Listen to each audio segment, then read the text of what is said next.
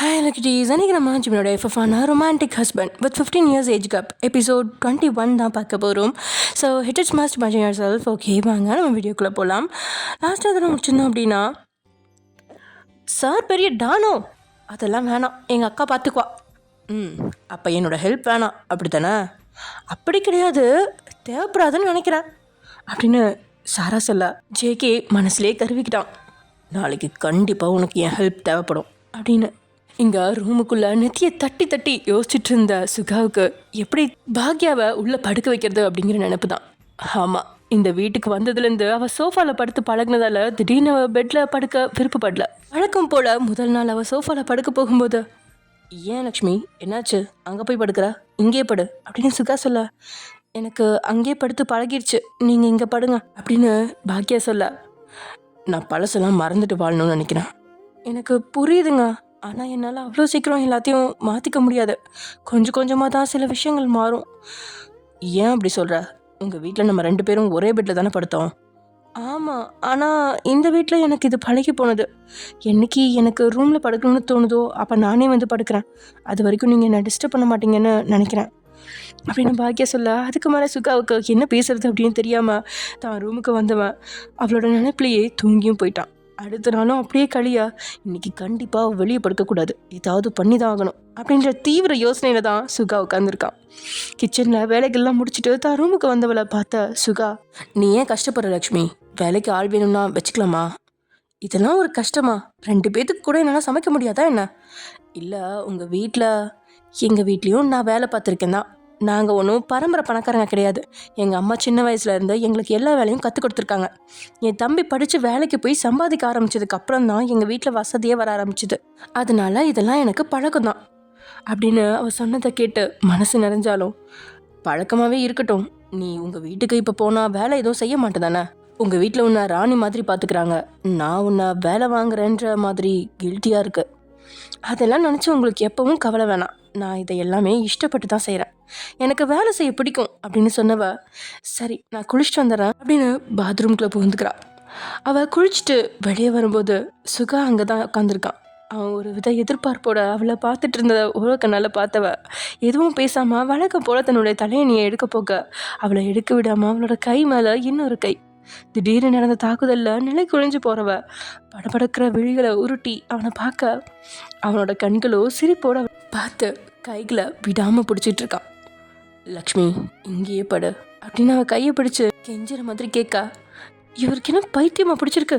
நான் தான் அன்றைக்கி தெளிவாக சொல்லிட்டேன்ல, தூணும் போது நானே வந்து படுத்துக்கிறேன்னு, பின்ன என்ன சும்மா சும்மா இது என்ன விளையாட்டு அப்படின்னு கடுப்போட நினச்சவ கண்களை மூடி தன்னை நிதானத்துக்கு கொண்டு வந்து அவனை நேருக்கு நேராக இப்போது தெளிவான பார்வையோடு பார்க்குறான். கட்டாயப்படுத்தி எதையும் செய்ய வைக்க முடியாது, நீங்கள் சொன்னது தான். அந்த வார்த்தையெல்லாம் இன்னும் என் மனசை விட்டு போகலை.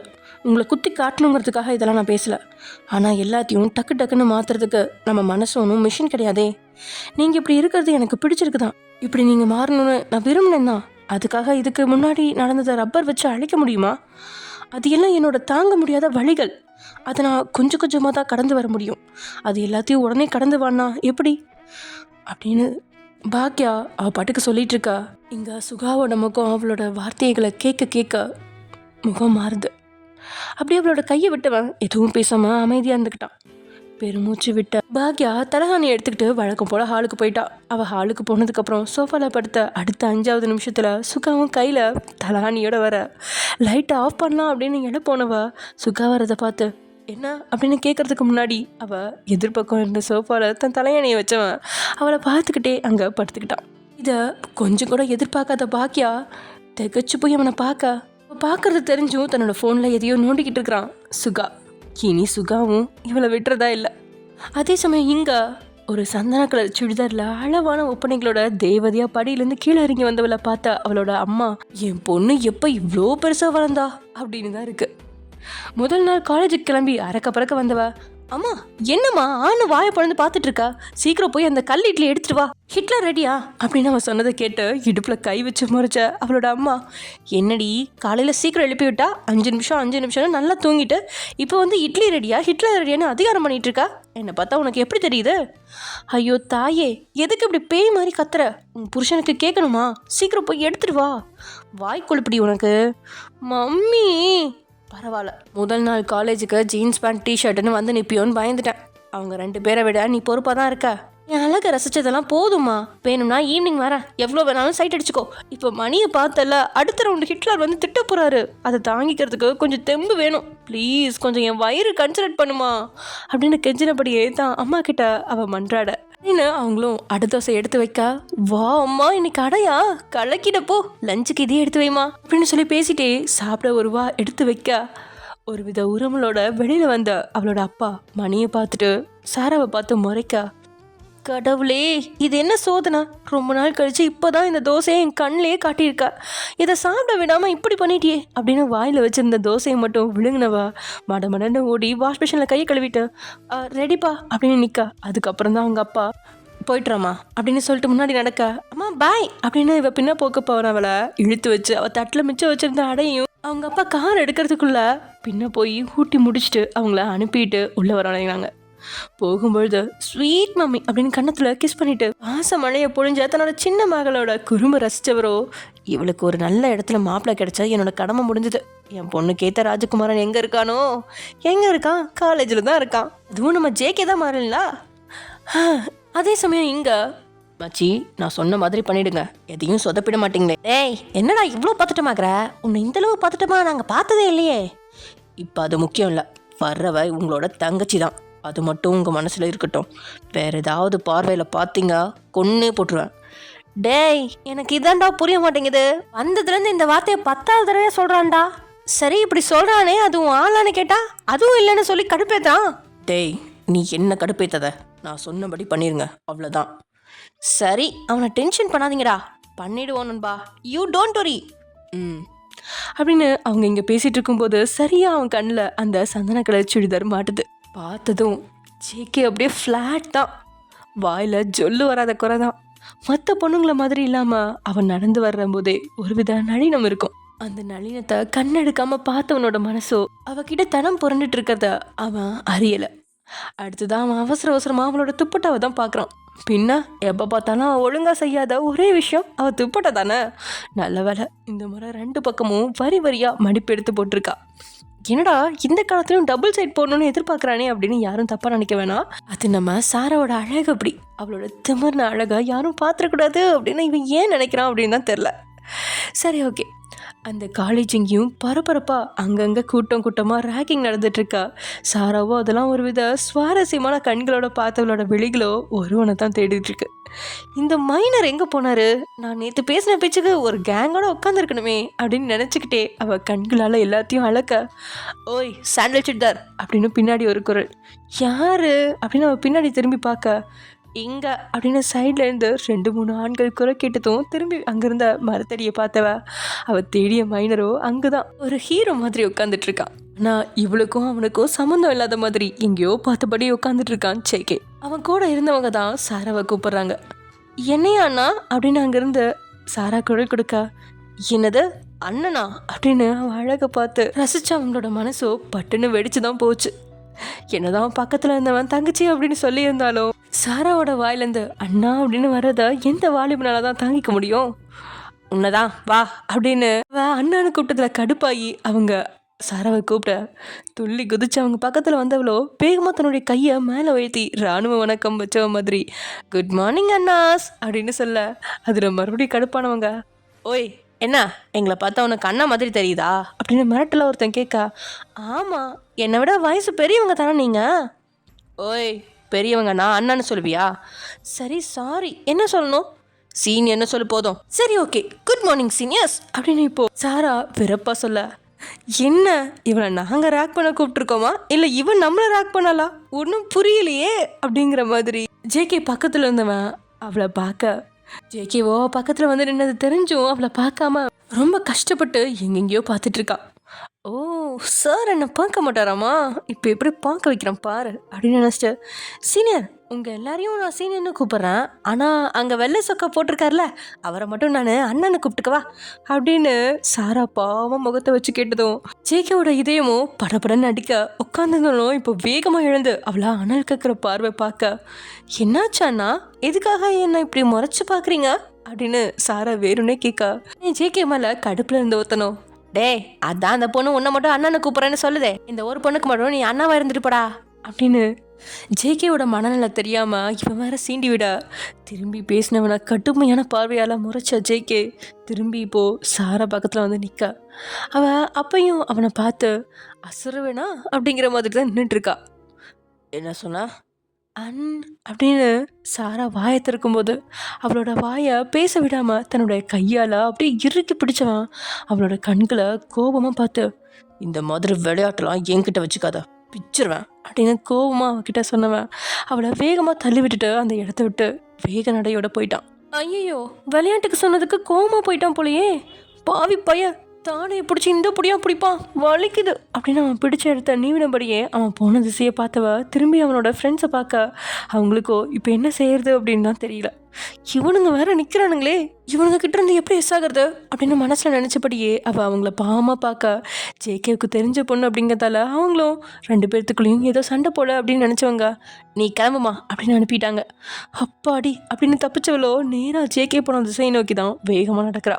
ஜேகே பின்னாடி போன சாரா எங்கே போயிட்டான், அதுக்குள்ளே ஆளை காணோம் அப்படின்னு சுற்றி முற்றி பார்க்க அங்கே தூரத்தில் கேன்டீன் இருக்குது. ஒரு வேளை கேன்டீன் உள்ளே போயிருப்பானோ அப்படின்னு கொஞ்சம் தூரம் நடந்து பார்த்தா கேன்டீன் பக்கத்தில் ரவுண்டாக வராண்டா மாதிரி அமைச்சு ஒரு பெரிய மரம் இருக்க அங்கே தான் அவன் உட்காந்துட்டு இருக்கான். கோச்சிட்டு இங்கே வந்து உட்காந்துருக்கானா சின்ன பிள்ளை மாதிரி அப்படின்னு சிரிப்போட சாரா அவன் கிட்ட போக சரியா அவள் பக்கத்தில் நெருங்கும் போது ஜேகே பக்கத்தில் 2 பொண்ணுங்க வந்து சிரிச்சு சிரிச்சு பேச முகத்தை உருன்னு வச்சு உட்காந்துருந்தோம். அவங்க வந்ததும் அவனும் அவங்க கூட சிரிச்சு பேச ஆரம்பிச்சிட்டான். அதை பார்த்த சாரா காதில் போக கிளம்பிடுச்சு. ஜேகே எப்பயுமே தான் மனசில் இருக்கிற உணர்வுகளை வெளியே பிரதிபலிக்க மாட்டான். அது போல தான் இப்பயும் அவனோட தோழிகள் வந்ததும் அவங்க முன்னாடி கோபமாக இருந்தா ஏன் எதுக்குன்னு கேள்வி வரும் அப்படின்னு சாதாரணமாக இருக்கிற மாதிரி அவங்கக்கிட்ட காட்ட ரொம்பவே கஷ்டப்பட்டு சிரிச்சான். ஆனால் தூரத்தில் இருந்தவளுக்கு அவனுக்கு என்ன, நம்ம இல்லைனா வேற பொண்ணு, ஆல்ரெடி அவங்க அக்கா தான் சொல்லியிருக்காங்களே அவனுக்கு கேர்ள் ஃப்ரெண்ட்ஸ் ஜாஸ்தின்னு, நம்ம தான் அதை சரியாக கண்டுக்காம விட்டுட்டோம் அப்படின்னு அவன் பக்கத்தில் போகாமல் தூரத்துலேருந்து அவனை அந்த பொண்ணுங்களோட பார்த்தவளுக்கோ ஏன்னு தெரியாமலே மனசில் ஒரு சின்ன வலி எடுக்குது. அவள் அப்படியே ஆணி அடித்த மாதிரி அதே இடத்துல நின்றுட்டு இருக்கா. அந்த நேரம்னு பார்த்து அங்கே வந்த நீங்கள், ஏய் சாரா என்னடி நீ வருவன்னு உன் டிபார்ட்மெண்ட் பக்கத்தில் உட்காந்துருந்தா இங்கே கேன்டீன் பக்கம் வந்து நிற்கிற தின்னி பண்டாரம், வந்ததும் உன் வேலையை காட்ட ஆரம்பிச்சிட்டியா அப்படின்னு வழக்கம் போல நீங்கள் அவளை சீண்டா. இப்போ சாரா ஃபார்முக்கு வந்துட்டா. உன்னை விட நான் திண்டி பண்டாரம் இல்லைக்கா, சரி நான் இங்கே நிற்கிறேன்னா நீ எதுக்கு இங்கே வந்த? ஹலோ மேடம், நீங்கள் ஜூனியர், நாங்கள் சீனியர், ஞாபகம் இருக்கட்டும். சீனியர்னா உங்களுக்கு என்ன கொம்பா முளைச்சிருக்கு, நீ எந்த ரேகிங்லையும் மாட்டல போலையே, அத்தான் இப்படி பேசுகிற. நான் கூட ஏதாவது ரேகிங்கில் மாட்டி நான் தான் உன்னை காப்பாற்றுறமோன்னு நினச்சேன். எங்களை காப்பாற்றிக்க எங்களுக்கு தெரியும். ரொம்ப வாய் பேசாத, இன்னும் உன் டிபார்ட்மெண்ட்டுக்கு நீ போகலை, அதுக்குள்ளே உனக்கு அக்காவோட ஹெல்ப் தேவைப்படும், அதனால் வாய் அடக்கி பேசு. சரி நான் என் டிபார்ட்மெண்ட்டுக்கு போகிறேன். ஆமாம் இன்னைக்கு மம்மி ஸ்பெஷலாக என்ன செஞ்சு கொடுத்துச்சு? நினச்சேன் என்னடா தங்கச்சி பாஸ்டில் என்னை தேடி வந்தியோன்னு. என் டிஃபன் பாக்ஸ் ஆட்டையை போடத்தானே வந்து நிற்கிற. அப்படி பச்சையாக சொல்ல முடியாது, கொத்து மதிப்பாக சொல்லலாம் அப்படின்னு நீங்கள் சொல்ல. அக்கா இன்னைக்கு என்னோட ஃபேவரட், எல்லாத்தையும் திருடாத, கொஞ்சமாவது எனக்கு வெயி, நாளையிலேருந்து 2 டிஃபன் பாக்ஸ் தான் கட்டிட்டு வரணும் போல். ஏன் நாளைக்கு, இன்றைக்கே கட்டிட்டு வர வேண்டியதானே. இந்த அம்மாவுக்கு இந்த காலேஜில் அவங்களோட இன்னொரு பொண்ணு படிக்குது அப்படின்னு நினைப்பே கிடையாது போல், அவங்களோட சின்ன பொண்ணுக்கு மட்டும் கொடுத்துருக்காங்க. இது உனக்கே ஓவரத்து இல்லைக்கா, நம்ம வீட்டில் இருக்கும்போது அம்மா சமைச்சதாவது நொட்ட சொல்லிகிட்டே இருப்ப, இப்போ அம்மா சமைச்சது உனக்கு அமிர்தமாக இருக்குதோ? அதாவது சாரா நீயும் இப்போ அப்படி தான் சொல்லிட்டு தெரியுற, புகுந்த வீட்டுக்கு போய் பாரு, அப்பா அம்மாவோட சமையல் டேஸ்ட் என்னன்னு தெரியும் அப்படின்னு 2 பேரும் பேசிகிட்டு இருக்கும்பொழுது காலேஜில் மணி அடிக்குது. ஐயோ பெல் அடிச்சிட்டாங்க. அக்கா என் டிபார்ட்மெண்ட் எந்த சைட் இருக்கு? ஸ்ட்ரைட்டாக போய் ரைட் கட் பண்ண, மாடியில் 4வது கிளாஸ் தான் உன்னோடது. தேங்க்யூ, லஞ்சில் மீட் பண்ணலாம், பாய் அப்படின்னு சொன்ன சாரா போக நீங்களும் தன்னுடைய டிபார்ட்மெண்ட்டுக்கு போயிட்டீங்க. இப்படியே டைம் ஸ்கிப் ஆக ஜிமின் அப்போ தான் குளிச்சுட்டு தலையை ஹேர் ட்ரையெல்லாம் காய வச்சுட்டு இருக்கும்போது அவன் கேட்டிருந்த காஃபி எடுத்துகிட்டு நீங்கள் உள்ள நுழைய அவங்கள பார்த்ததுமே உங்களை மயக்கிற ஒரு புன்னகையை சிந்துறவன் ஹேர் ட்ரையர் ஆஃப் பண்ணிவிட்டு உங்களை நோக்கி வர, ஜிமின் வெயிட் அங்கே இருங்க அப்படின்னு அவசரமாக சொன்னீங்க. எத்தனை தடவை சொல்கிறது, இப்படி என் முன்னாடி சட்டம் இல்லாமல் நிற்காதீங்கன்னு அப்படின்னு சொன்னபடியே உங்கள் கையில் இந்த காஃபியை எடுத்து ட்ரெஸ்ஸிங் டேபிள் மேலே வச்ச நீங்கள் சீக்கிரம் சட்டையை போடுங்க அப்படின்னு சொன்னபடியே இந்த ரூமை விட்டு நீங்கள் ஓட பார்க்க ஒரு ரேட்டில் உங்களை வளைச்சது தர நோக்கி எழுத்தவனும் இன்னுமாடி நீ பழகலை அப்படின்னு கேட்க நீங்களும் அவன்கிட்ட இல்லை அப்படின்னு அந்த 6 பேக் உடம்பை பார்த்து திணறீங்க. அவனை விட்டு விலகிறதுலையே குறியாக இருக்கீங்க நீங்கள். வயன் என்னை பாருடி அப்படின்னு சொல்லி பார்த்தும் நீங்கள் பார்க்காம போக உங்களோட முகத்தை பிடிச்சி தன்னை பார்க்க செஞ்சவன், என்ன அப்படின்னு ஒரு புருவம் உயர்த்தி கேட்கா. வெக்கத்தில் நானி சிவந்த உங்களோட கண்ணமும் தக்காளி பழமாக மாறி இருக்கு. ஒயன், இந்த கவிதையெல்லாம் சொல்லுவாங்கள்ல, பொண்ணுங்களுக்கு வெக்கம் வந்தா அவங்க அது மாதிரி சவந்து போவாங்க, இது மாதிரி சவந்து போவாங்கன்னு. நான் அதை அப்போ நம்பலை, இப்போ நேரில் பார்க்கும்போது நம்புகிறேன். எவ்வளோ சவக்கிரியடி நீ. ஜிமின், கையை விடுறீங்களா? என்னை விடுங்க, அத்தை தேடுவாங்க. அத்தை தேடுவாங்களா? வரும்போது தான் அம்மா சொன்னாங்க, எனக்கு முழங்கால் வழியாக இருக்குடா, வயன் உனக்கு சாப்பாடு எடுத்து வைக்க சொல்லியிருக்கேன், சாப்பிடுன்னு. என்ன என்கிட்டயும் உன் பிட்ட போடுறியா? கையை விடுங்க ஜிமின். சரி, ஏன் என்னை சட்டை இல்லாமல் பார்த்தா உனக்கு என்ன ஆகுது? நைட்லாம் ஒன்றும் நீ பண்ணுறது இல்லையே. நைட்டு லைட் ஆஃப் பண்ணிட்டா எல்லாம் ஒன்றும் தெரியாது. ஆனால் இப்படி வெளிச்சத்தில் உங்கள் கட்ஸை பார்த்தா உள்ளுக்குள்ளே ஏதோ பண்ணுது. அதை எக்ஸ்பிளைன் பண்ண முடியல ஜிமின். ரொம்ப வெக்கம்லாம் வருது, விடுடா அப்படின்னு நீங்கள் சொல்ல. ஓ, நீ அமைதியாக நின்றுட்டு இருந்தா கூட கொஞ்சம் நேரத்தில் விட்டுருப்பேன்டி.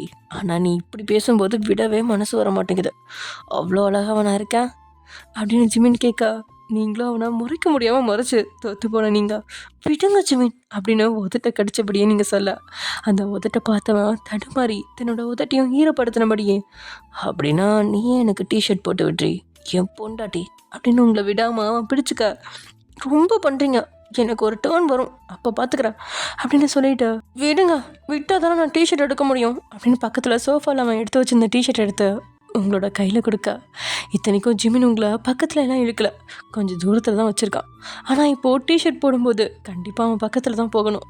தான் வெக்கத்தை முயன்று கட்டுப்படுத்தி அவனுக்கு பக்கத்தில் போன நீங்கள் நெஞ்சம் படப்படக்க வேக மூச்சுக்கள் எடுத்துட்டு சரி செஞ்சபடியே அவனுக்கு ரொம்ப அருகில் போன நீங்கள், இப்படி நின்னா எப்படி போட முடியும், கையை தூக்குங்க அப்படின்னு சொல்ல, சரின்னு அவனும் கள்ள சிரிப்போட கையை தூக்க. நீங்களும் உங்களோட 2 கையை தூக்கி அவன் தலையில் டிஷர்ட்டை மாட்டி விட போக அவனும் வேகமாக அவங்கள மோதி நிற்கிறான். அவன் மோதினதில் அவனை முறைச்ச நீங்கள், இப்படி ஒட்டினா எப்படி போடுறது, தள்ளுடா அப்படின்னு நீங்கள் சொன்னதும் அவன் இன்னும் உங்களை வேகமாக மோத, அவன் மோதினதில் பின்னாடி சாய பார்த்தவங்கள பட்டுன்னு ஒரு கை கொடுத்து தன்னோட இருக்கணுமா, பார்த்து நிறுடி, ஒரு டிஷர்ட் தானே போட சொன்னேன், அதுக்கு என்ன அலும்பு பண்ணிட்டு இருக்க நீ அப்படின்னு அவன் சொன்னபடியே மறுபடியும் தான் கையை தூக்கி நிற்க. அதை பார்த்தவளுக்கு வெக்கம் பிடுங்கி தின்னா. போடா அப்படின்னு அந்த டிஷர்ட்டை அவன் எதிர்பார்க்காத நேரத்தில் அவன் முகத்தில் தூக்கி எறிஞ்சிட்டு ஓடியே போயிட்டீங்க. ஏய் நில்லடி, அப்புறம் இதுக்கு பனிஷ்மெண்ட் கண்டிப்பாக கொடுப்பேன், போடா போடா அப்படின்னு சொல்லிட்டு கீழே போயிட்டீங்க. கொழுப்பை பற்றியா இவளுக்கு, எப்படி இங்கே வந்து தானே ஆகணும், அப்போ வச்சுக்கிறேன்டி அப்படின்னு சொல்லி ஜிமின் சிரிச்சிட்டு நிற்கிறான். அதே சமயம் இங்கே சீக்கிரம் கிட்டேருந்து 5 மெசேஜ் வதவதான்னு வந்து நிற்க. அத்தனையும் திறந்து பார்த்தவ வேணும்னே ரிப்ளை செய்யல. சாரா இன்னும் ஆன்லைனில் தான் இருக்கா. மணியை பார்த்தவன் மணி 11ன்னு காட்டவும், பக்கத்தில் சாராவோட அப்பா இருக்கவும் வாய்ப்பு இல்லை அப்படின்னா வேணும்னே ரிப்ளை பண்ணாமல் இருக்காளா அப்படின்னு அதுக்கும் ஜேகேக்கு கோவம் வருது. இப்போ ரிப்ளை பண்ணல உனக்கு ஃபோன் பண்ணுவேன் அப்படின்ற மெசேஜ் அவன் தட்டி விட, அவள் அதுக்கெல்லாம் அசருவாளா. அதுக்கப்புறமும் ரிப்ளை வராமலே இருக்கா. அடுத்த நிமிஷம் ஃபோன் செஞ்சிட்டான் ஜேகே. இந்த கேடி சைலண்டில் போட்டுருச்சு. மணியை பார்த்தவன் யோசிக்கவே இல்லை, கிளம்பிட்டான். சரியா சாரா வீட்டுக்கு வெளியே வந்து நின்னவன் சரியா வரும் பால்கனி தெரிகிற இடத்துல வண்டி நிறுத்தி அவன் ஃபோன் எடுத்தவன், உங்கள் வீட்டுக்கே வந்துட்டான், இப்போவும் ரிப்ளை பண்ண மாட்டியா அப்படின்னு கேட்குறான் ஜேகே. அவன் சும்மா புருடா விடுறான் அப்படின்னு நினச்ச சாரா அதுக்கும் அமைதியாக இருக்கா. இந்த முறை அவனுடைய ஹாரன் அழுத்த துளி சத்தம் இல்லாத நிசப்தமான அந்த தெருவில் ஹாரன் சத்தம் மட்டும்தான் ஒழிச்சிட்ருக்கு. முதல்ல சாராக்கு ஒன்றுமே தெரியல. ஹாரன் சவுண்ட் அதிகமாக அடிக்கவும் சாராக்கு சந்தேகம் வர உடனே தான் ஃபோனை எடுத்துக்கிட்டு பால்கனி பக்கம் ஓடினவ அவள் வீட்டுக்கு வெளியே வந்து பார்க்க, ஆமாம் ஜேகே தான். பிஸ்தா கலர் டிஷர்ட், பிளாக் நைட் பேண்ட்டில் வண்டியை சைட் ஸ்டாண்ட் போட்டுட்டு வண்டியோட சென்டரில் வந்து அப்படியே சாஞ்சபடியே நின்றுட்டுருக்கான். சாராவோட ரூமை பார்த்தபடியே அதில் சாராவோட விழிகள் ரெண்டும் வெளியே தெரிச்சிற அளவுக்கு பார்த்தவ அவன் கிட்டேருந்து வந்த காலை அட்டன் பண்ணி காதில் வைக்க 2 பேர்த்துக்கிட்டையும் மௌனம். அந்த மௌனத்தை உடைச்சது சாரா தான். நீங்கள் இங்கே என்ன பண்ணுறீங்க அப்படின்னு பதட்டமாகறா. தான் அப்பாவுக்கு தெரிஞ்சா அவ்வளோதான் அப்படிங்கிற பயத்தோட. ஏன் உனக்கு தெரியாதா, உன்கிட்ட சொல்லிட்டு தானே வந்தேன். சிக்கி இப்படி விளையாடாதீங்க, எனக்கு கெட்ட கோவம் வரும். என்ன கெட்ட கோவம் வரும், காலையிலேருந்து நீ தான் டென்ஷன் பண்ணிகிட்டு இருக்க. நான் என்ன பண்ணேன், ஏன் உனக்கு தெரியாதா என்ன? லுக் ஜேகே, காலேஜில் நடந்த மேட்டர் விளையாட்டா நான் பண்ணுது, அதை நீங்கள் சீரியஸாக எடுத்துக்கிட்டா அதுக்கு நான் பொறுப்பு கிடையாது. ப்ளஸ் அதுக்கு சமாதானம் பண்ணவும் உன் பின்னாடி நான் வந்திருந்தேன். ஆனால் அந்த விஷயம் நடந்தது மாதிரியே காட்டாமல் உங்களை சுற்றி பொண்ணுங்க கூட நீங்கள் தான் சிரித்து பேசிகிட்டு இருந்தீங்க. அப்போவே எனக்கு புரிஞ்சிருச்சு என்னை பார்த்தா மட்டும்தான் அந்த ஆக்டிங் அப்படின்னு. இதோ இப்போ கூட எதுக்கு இதெல்லாம் பண்ணுறீங்கன்னு எனக்கு புரியல. கீழே வா. வாட்? உன்னை கீழே வான்னு சொன்னேன். பைத்தியமா நீங்கள்? நான் எப்படி வர முடியும்? நீ வர்றியா இல்லை நான் வரவா?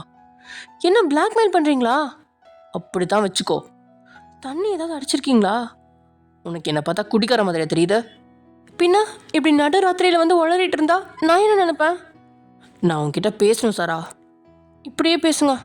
சில விஷயத்த என்னால் இப்படி பேச முடியாது, நேரில் தான் பேசணும் அப்படின்னு ஜேகே சொல்ல, அவ்வளோ தவிப்போட நின்னபடியே செக்யூரிட்டி இருக்காங்க ஜேகே அப்படின்னு சொல்ல, செக்யூரிட்டி தூங்கிட்டு தான் இருக்கான், நீ வா. JK please. நான் முதல்ல மெசேஜ் அனுப்பினப்பயே நீ ரிப்ளை பண்ணியிருந்தா இந்த அளவு வந்திருக்க வேண்டிய அவசியமே இல்லை. நீ தான் இதை ஆரம்பித்து வச்ச, நீயே முடிச்சு வை. ஐயோ, நம்ம வாய் வேற சும்மா இருக்க மாட்டேங்குது. பேசாமல் ரிப்ளை பண்ணியிருக்கலாமோ? சாரா இப்போ என்ன பண்ணிட்டு இருக்கா? மாட்டினா அவ்வளோதான், மானமே போயிடும். போயிட்டு வந்துருவாமா? இந்த கடங்கார வேற ஓவரா பண்ணுறான். என்னாச்சு அவனுக்கு? அதான் கோபியர் கொஞ்சம் ராமன் மாதிரி கேர்ள் ஃப்ரெண்ட்ஸ்லாம் தான் ஏகப்பட்டது கிடைக்கே. என்கிட்ட வந்து என்ன ப்ரூவ் பண்ணணும்னு நினைக்கிறான்னு தெரிய மாட்டேங்குதே அப்படின்னு நினச்சபடியே தான் ரூம்ல இருந்து மெதுவாக வெளியே வரா சாரா. மெதுவாக போன மாதிரி நடந்து பூட்டி இருந்த அவங்களோட வீட்டு கதவை திறக்க, நல்ல வேலை யாரும் வரல. வீட்டை விட்டு வெளியே வர்றதுக்குள்ளேயே சாராவுக்கு ஹார்ட் பீட் எகிரி குதிச்சிருச்சு. இதில் கேட்டு வரைக்கும் போகணுமே அப்படின்னு நினச்சவா கேட்டுக்கு பக்கத்தில் வந்து செக்யூரிட்டியை பார்க்குறா. உண்மையில் அவன் தூங்கிட்டு தான் இருந்தான். சரின்னு அப்படியே ஜேகே நிற்கிற பக்கம் வர, அங்கே தான் பைக்கில் சாஞ்சபடி நின்று கைகள் ரெண்டையும் கட்டிக்கிட்டு சாரா வரத்தை தான் பார்த்துட்டு இருக்கான். இங்கே உயிரை கையில் பிடிச்சிட்டு நான் வந்துட்டு இருக்கேன், எவ்வளோ கூலாக நின்றுட்டு இருக்கான். இவனோட ஃப்ரெண்ட்ஷிப்பை முதல்ல கட் பண்ணும், டேஞ்சரான ஆளாக இருக்கான் அப்படின்னு மனசில் நினச்ச சாரா கடுகடுத்த முகத்தோடையே அவன் பக்கத்தில் வந்து, இப்போ என்னதான் ஜேகே உனக்கு வேணும்? எதுக்கு இப்படி பண்ணிட்டு இருக்கா? விளையாட்டாக இருக்கா உனக்கு? இதோட சீரியஸ்னஸ் உனக்கு புரியலையா? எனக்கு புரியுது, எல்லாமே எனக்கு புரியுது.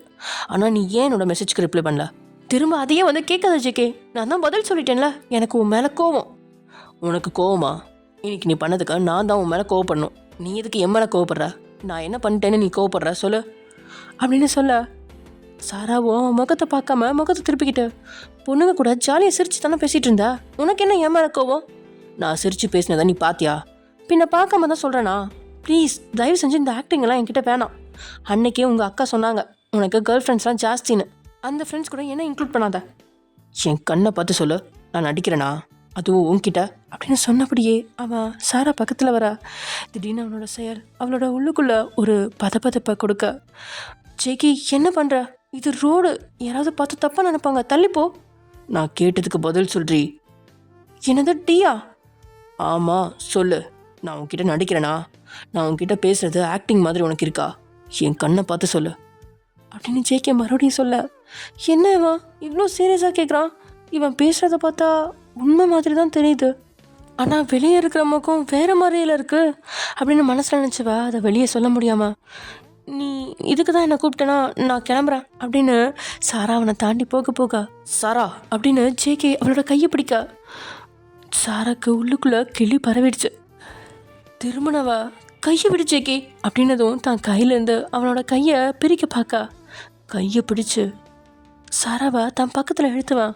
சொல்லு, நான் உன்கிட்ட நடிக்கிறேனா அப்படின்னு அவன் மூச்சு காத்து முகத்தில் படுறபடி கேட்க, இங்கே சாராக்கோ பொறுமை பறக்குது. ஆமாண்டா நீ நடிக்கிறதான், இப்போ என்ன அப்படின்னு அவன் கேட்டு முடிக்கிறதுக்குள்ள அவள் உயரத்துக்கு குனிஞ்சு அவள் பின்னந்தலையை அழுத்தமாக பற்றி தான் பக்கத்தில் இழுத்துவான். பட்டுன்னு சாராவோட உதட்டா வன்மையாக கவறான்.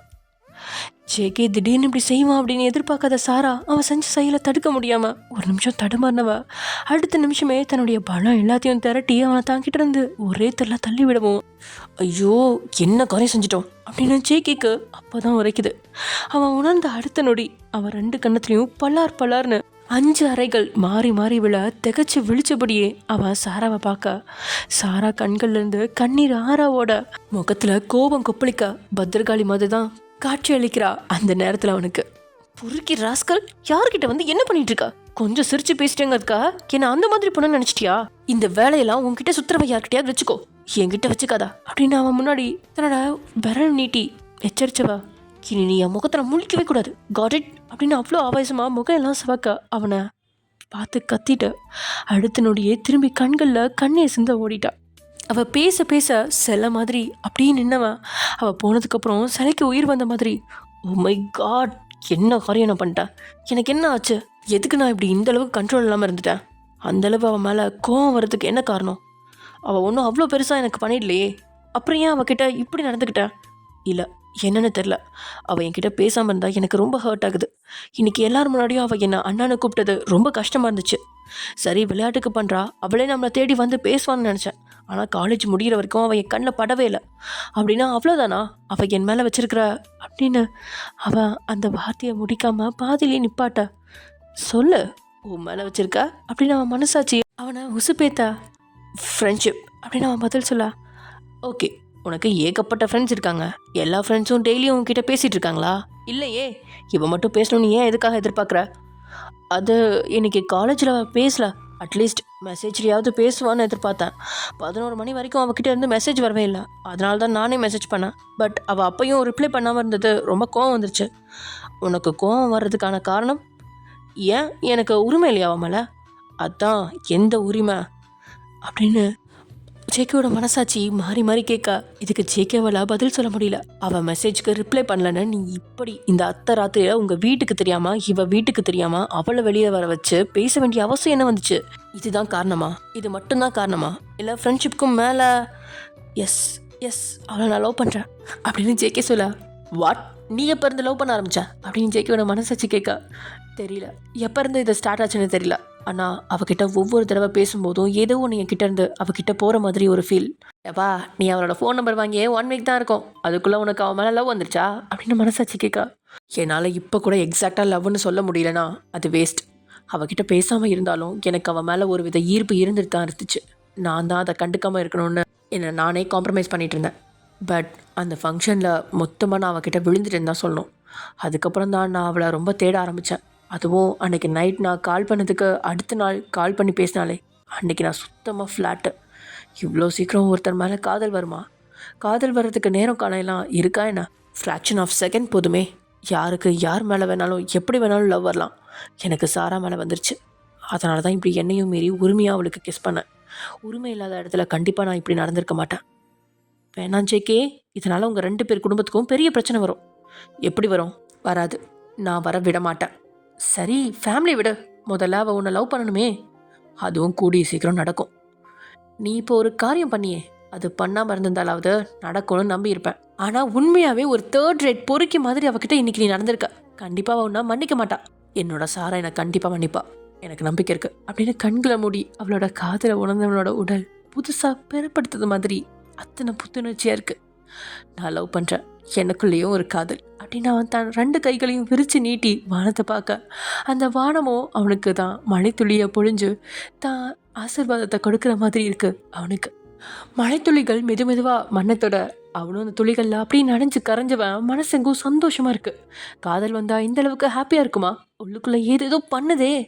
இப்போ அந்த படங்களில் சொல்கிற மாதிரி பட்டாம்பூச்சி பறக்கிறதுலாம் உண்மைதான் போல், எனக்கும் அப்படி தான் இருக்குது அப்படின்னு தனக்குள்ளேயே சொன்னவன் தன்னுடைய எதிர்கிழத்தோட உடனே அவளை கிஸ் பண்ணது அவன் நினைவில் வந்து இன்னும் அவனுக்குள்ளே வைக்கணவன். I am the happiest man in the world அப்படின்னு அந்த மலையில் ஜில்லுன்னு ஒரு காதல் சூர்யா மாதிரி அவன் பாட்டுக்கு கத்த. அப்படி கத்துனதுக்கப்புறம் தான் அவன் இருக்கிற இடம் அவனுக்கு உரைக்க.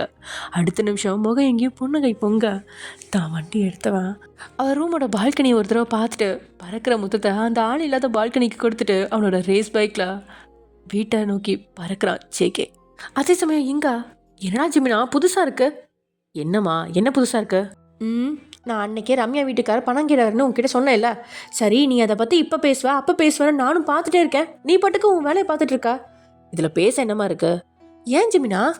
இல்லைம்மா, ஏற்கனவே ஃபுல் இன்வெஸ்ட்மெண்ட் நானே போட்டு அவருக்கு தொழில் அமைச்சு கொடுத்தேன். அதை கூட அவரால் ரன் பண்ண முடியலன்னா என்ன மனுஷன் அவர்? எனக்கு புரியல.